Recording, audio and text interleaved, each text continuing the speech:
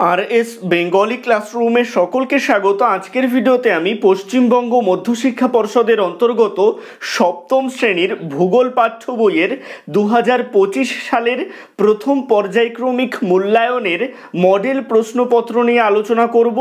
आजकेर भिडियोते शुधुमात्र प्रश्न थाकछे ना, बेश किछु प्रश्नेर उत्तरও आमी करिये देब जाते तोमादेर सेई प्रश्नेर उत्तरगुलो खुंजे पेते असुविधा ना हय। ए प्रसंगे बोले राखी आमी ए कथा कखनोई বলবো না যে এই প্রশ্নপত্রে যে প্রশ্নগুলো থাকবে সেগুলোই তোমাদের পরীক্ষায় হুবহু কমন পাবে। তবে একথা নিঃসন্দেহে বলতে পারি যে এই প্রশ্নপত্রে আলোচিত প্রশ্নগুলো অত্যন্ত গুরুত্বপূর্ণ প্রশ্ন, এগুলো পরীক্ষায় আসার মতো।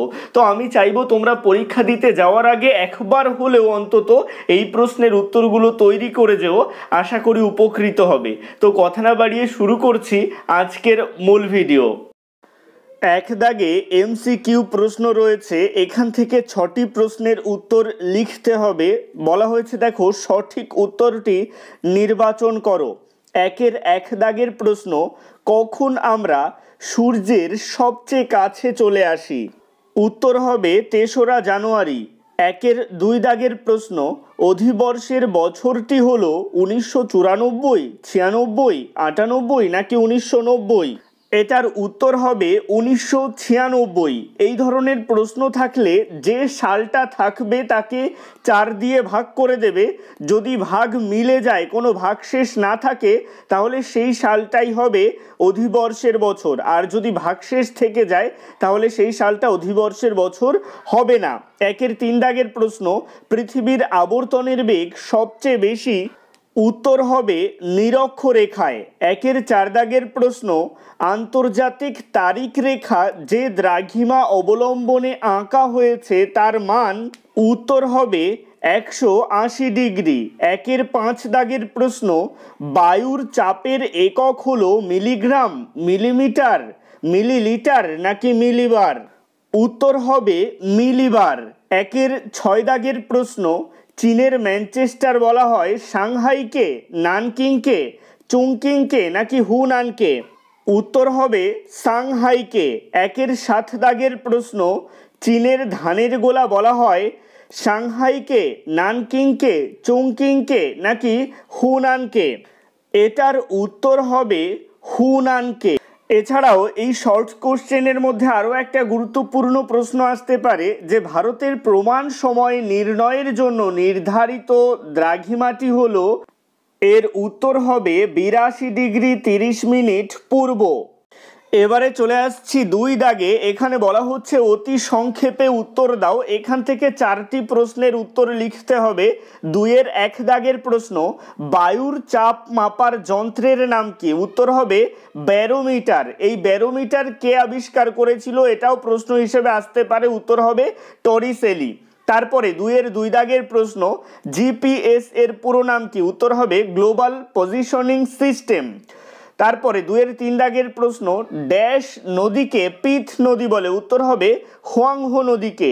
২-এর ৪ দাগের প্রশ্ন, বিশ্বের বৃহত্তম তৈলখনি ড্যাশ? উত্তর হবে ঘাওয়ার। আর ২-এর ৫ দাগের প্রশ্ন, বিশ্বের বৃহত্তম সামুদ্রিক তৈলখনি ড্যাশ? উত্তর হবে সাফানিয়া। এবারে চলে আসছি ৩ দাগে। এখানে বলা হচ্ছে সংক্ষেপে উত্তর দাও, প্রতিটি প্রশ্নের মান ২। এখান থেকে দুটো প্রশ্নের উত্তর লিখতে হবে। ৩-এর ১ দাগের প্রশ্ন, মুক্তিবেগ কাকে বলে? এই প্রশ্নের উত্তরটা তোমাদের পাঠ্য বইয়ের ৩ নং পৃষ্ঠাতে রয়েছে, বা তোমরা গুছিয়ে লিখতে পারো, কোনো বস্তুকে সেকেন্ডে ১১.২ কিমি গতিবেগে উপরের দিকে ছুঁড়তে পারলে সেটা আর নিচের দিকে পড়ে না, মহাশূন্যে পৃথিবীর চারিদিকে ঘুরতে থাকে, একে মুক্তিবেগ বলে। ৩-এর ২ দাগের প্রশ্ন, অধিবর্ষ কাকে বলে? উত্তর লিখবে সৌর বছর হতে সময় লাগে ৩৬৫ দিন, ৫ ঘন্টা ৪৮ মিনিট ৪৬ সেকেন্ড, কিন্তু হিসাবে সুবিধার জন্য ক্যালেন্ডারে ৩৬৫ দিনে ১ বছর ধরা হয়। ফলে প্রতি বছর এই ৫ ঘন্টা ৪৮ মিনিট ৪৬ সেকেন্ড সময় বাড়তি থেকে যায়। এই বাড়তি সময়ের হিসাব ঠিক রাখার জন্য প্রতি 4 বছর অন্তর একটা পুরো দিন ক্যালেন্ডারে যোগ করা হয়, তখন ফেব্রুয়ারি মাসটা হয় 29 দিনে আর বছরটা হয় 366 দিনে। 366 দিনের এই বছরকে অধিবর্ষ বা লিপ ইয়ার বলে। এবারে চলে আসছি পরের প্রশ্নে। এখানে বলা হচ্ছে সমচাপ রেখা কাকে বলে অথবা সমচাপ রেখার দুটি বৈশিষ্ট্য লেখো। এটা তোমাদের পাঠ্য বইয়ের 34 নং পৃষ্ঠাতে খুব সুন্দর করে লেখা রয়েছে, ওখান থেকে পড়ে নেবে। 3-এর 4 দাগের প্রশ্ন, অক্ষাংশ বলতে কি বোঝো অথবা উচ্চতা বৃদ্ধি পেলে বায়ুর চাপ হ্রাস পায় কেন? এগুলোও খুব গুরুত্বপূর্ণ প্রশ্ন। এবারে চলে আসছি 4 দাগে। এখানে বলা হচ্ছে নিচের প্রশ্নগুলির সংক্ষিপ্ত ব্যাখ্যামূলক উত্তর দাও, প্রতিটি প্রশ্নের মান 3। এখান থেকে দুটো প্রশ্নের উত্তর লিখতে হবে। 4-এর 1 দাগের প্রশ্ন, অক্ষরেখা ও দ্রাঘিমা রেখার পার্থক্য নির্দেশ করো। ভীষণ গুরুত্বপূর্ণ প্রশ্ন।